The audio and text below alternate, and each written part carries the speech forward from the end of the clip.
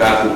bufete de advogado só, trago mais bufete de advogado e no mesmo momento explica também o motivo de como trago certo bufete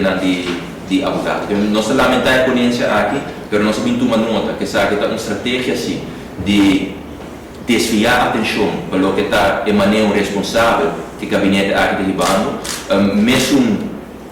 o modus operandi nós estamos também, que trata de fazer como se fosse o gabinete atual de emplear mais gente no ministério, qual acaba em diferentes momentos.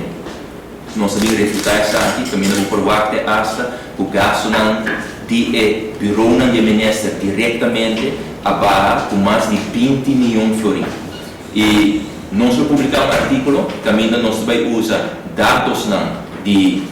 direção e finanças, para assim não mostrar algo político, mas nós mandamos essa pergunta acaba na ministra não concernido, nós queremos relato de direção e finanças nesse caso aqui,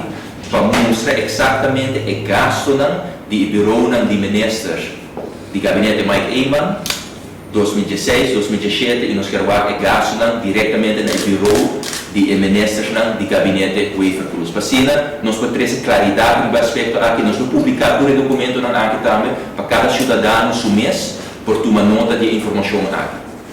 Esse é o motivo também de como nós temos uma posição forte, ora trata a ponência do colégio de profissão financeira, para o que está gasto do gabinete atual. Sobre cada florim agora aqui, está usar, caminha e mestre usar, sabe que tem diferente departamento governamental e a fundação que agora nem que já para copiar. Que men llevando aqui que era aqui nós está refutar a ponência que sai do bufete de advogado agora privilegiado com suma astronômico e mais que nós lamentar da hora que nós temos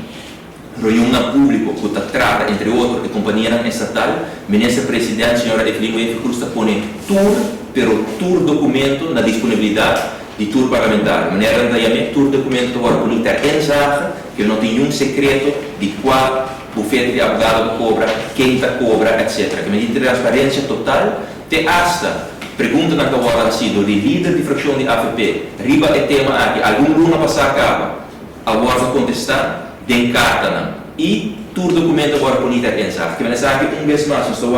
uma estratégia para desviar a atenção e nós em todo caso não temos uma aqui e nós vamos publicar um artigo com toda informação de maneira objetiva de direção e finanças.